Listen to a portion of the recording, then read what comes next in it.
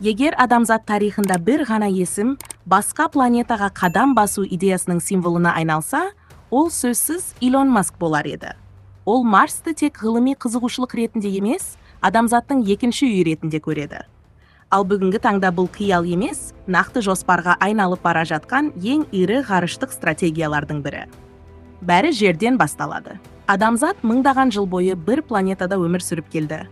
Бірақ ресурстардың шектеулігі, климаттық өзгерістер, жаһандық қауіптер бір сұрақты күн тәртібіне шығарды. Егер жер жарамсыз болып қалса, біз қайда барамыз? Дәл осы сұраққа жауап ретінде Марс пайда болды.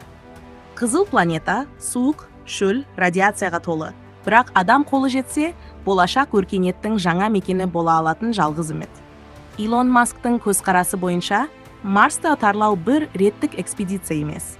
Бұл толыққанды жаңа цивилизация құру жобасы. Оның жоспарының өзегі алып Starship кемелері. Бұл кемелер адамдарды, жабдықтарды және болашақ базаны біртіндеп Марсқа тасымалдауы керек. Ең басты мақсат Жер мен Марс арасында тұрақты тасымал жүйесін құру. Алғашқы кезеңде бірнеше жүз адам жіберіледі. Олар тек зерттеушілер емес. Инженерлер, дәрігерлер, құрылысшылар, нағыз жаңа әлемнің негізін қалаушылар. Марсқа жеткен соң ең бірінші мәселе тірі қалу. Онда ауа жоқ, температура 60 градустан төмен, радиация жоғары. Сондықтан алғашқы база жер астында немесе арнайы күмбез тәрізді қорғаныс құрылымдарында салынады. Бұл базада оттегі өндіру жүйелері, су қайта өңдеу технологиясы, энергия көздері күн панельдері, жылыту және қорғаныс жүйелері жұмыс істеуі керек. Яғни адам Марсқа бармайды, адам Марсты өзіне бейімдейді. Келесі қадам өзін-өзі қамтамасыз ететін қала салу.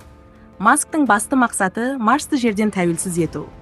Себебі егер Марс жерге тәуелді болса, ол толыққанды жаңа әлем болмайды.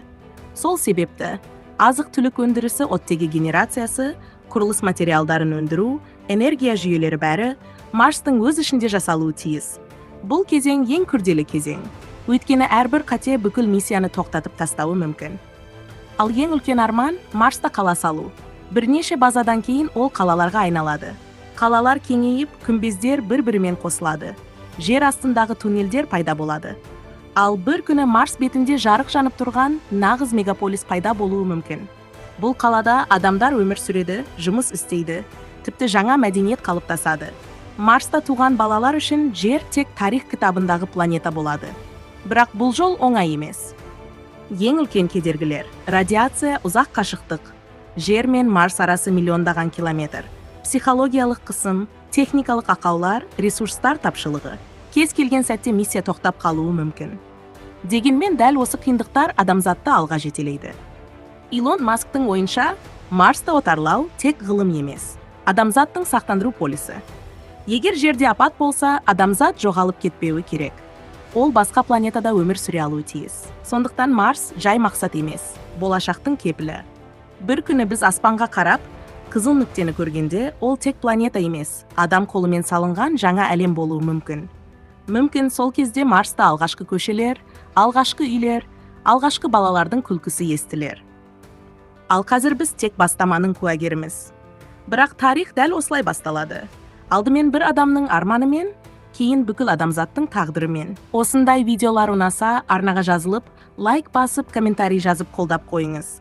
Сіздің қолдауыңыз бізге келесі видеоларды шығаруға үлкен шабыт береді.